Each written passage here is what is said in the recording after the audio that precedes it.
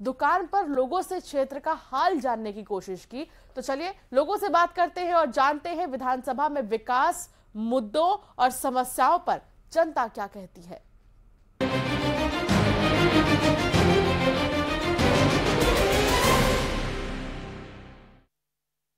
नमस्कार दोस्तों, मैं हूं वीरेंद्र सिंह राठौड़ और आप देख रहे हैं न्यूज़ 18 छत्तीसगढ़ का खास कार्यक्रम चुनावी चुस्की।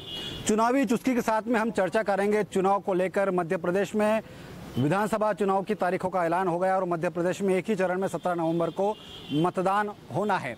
झाबुआ जिले में इस वक्त हम लोग कुछ खास लोगों के साथ में बैठे हैं और चुनाव की चुस्की पर उन्हीं से चुनाव पर चर्चा करते हैं किस तरह का माहौल मध्य प्रदेश में और झाबुआ में नजर आ रहा है।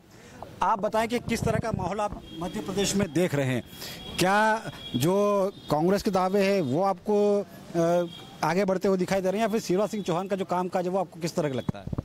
अभी तक जो स्थितियां देखने में आई है वीरेंद्र जी, तो यहाँ पे अभी तक बीजेपी ने तो अपने कैंडिडेट 2 चरणों में घोषित कर दिए, 3 चरणों में घोषित कर दिए हैं, लेकिन कांग्रेस अभी तक अपना कैंडिडेट लिस्ट जारी नहीं कर पाई। तो जब तक लिस्ट जारी नहीं हो तब तक चुनाव में जो एक रोमांच देखने को मिलता है वो देखने को अभी नहीं मिल रहा है। पर चूंकि आज जैसे अब आचार संहिता भी लागू हो गई है तो अब देखिए चुनावी गतिविधियां तेज आएगी और धीरे धीरे रोमांच भी बढ़ेगा। और दिवाली का समय भी है जब वोटिंग होना है, तो उस वक्त दिवाली किसकी मनती है ये भी देखना बड़ा रोचक होगा। बिल्कुल, किसकी दिवाली मनती है। झाबुआ जिले की बात करें तो आप किन किन पार्टियों को लगता है कि जैसे कांग्रेस हो गई, बीजेपी हो गई, किसको एज मिलते हुए दिख रहा है या फिर बीजेपी कवर करेगी? यहाँ पे तो आपने देखा होगा कांग्रेस और बीजेपी दोनों के बीच ही मुख्य मुकाबला हमेशा से होता आया है, लेकिन यहाँ पे बीजेपी जब भी जीती है तो कांग्रेस का ही कोई निर्दलीय उम्मीदवार, बागी उम्मीदवार खड़ा हुआ। 3 बार यहाँ पे बीजेपी का जीतने का रिकॉर्ड है, तो उसमें तीनों बार बीजेपी कांग्रेस की तरफ से कोई उनका बागी उम्मीदवार खड़ा हुआ था, तब जाके बीजेपी को यहाँ पे लीड मिली और चुनाव जीती थी। और उपचुनाव में वापिस से इनको वापिस हार का सामना करना पड़ा था। हमारे साथ में कुछ और लोग भी हैं। जी आप बताइए कि इस चुनाव में किस तरह के मुद्दे हावी रहेंगे? देखिए, मुद्दे तो लाडली बहना योजना के पहले मुद्दे काफ़ी थे, पर अब जो बीजेपी का सारा दारोमदार मुझे लगता है लाडली बहना को लेकर के है, क्योंकि जहाँ तक मुझे पता राज्य सरकार ने सारा बजट एक ही योजना में झोंक दिया है।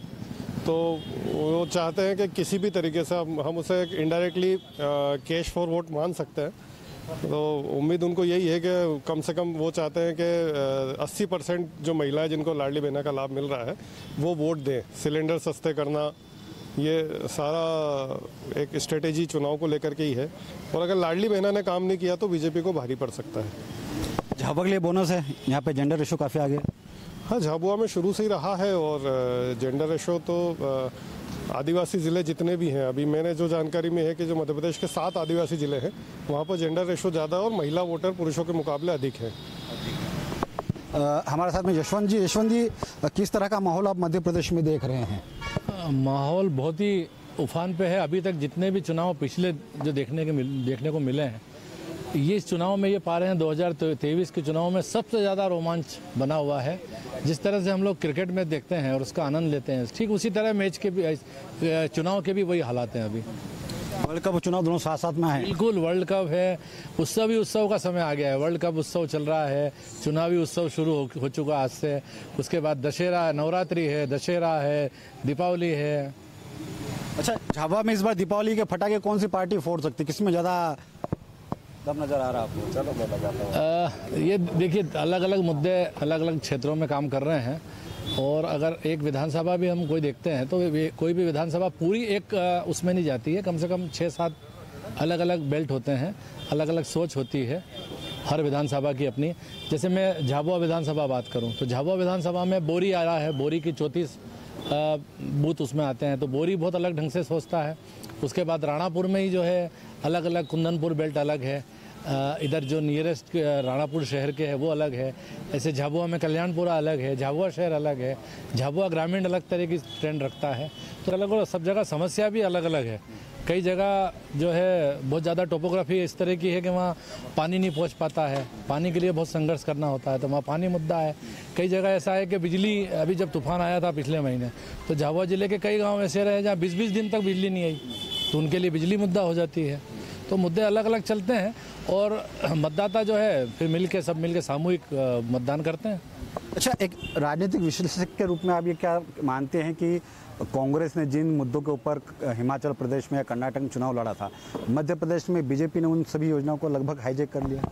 बिल्कुल, बीजेपी ने जब कांग्रेस को देखा कि कर्नाटक में और हिमाचल प्रदेश में इन लोगों ने महिलाओं को पैसे दिए और वो उनको उससे लाभ हुआ है, तो ये लोग भी वो योजना लेके आए।